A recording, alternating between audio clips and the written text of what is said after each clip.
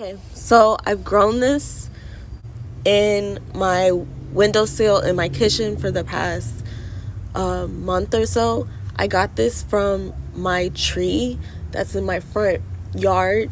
I'll show that later.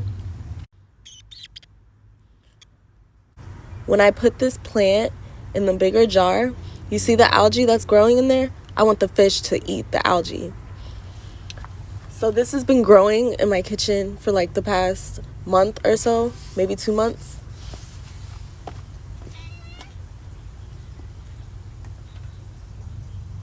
Oh wow.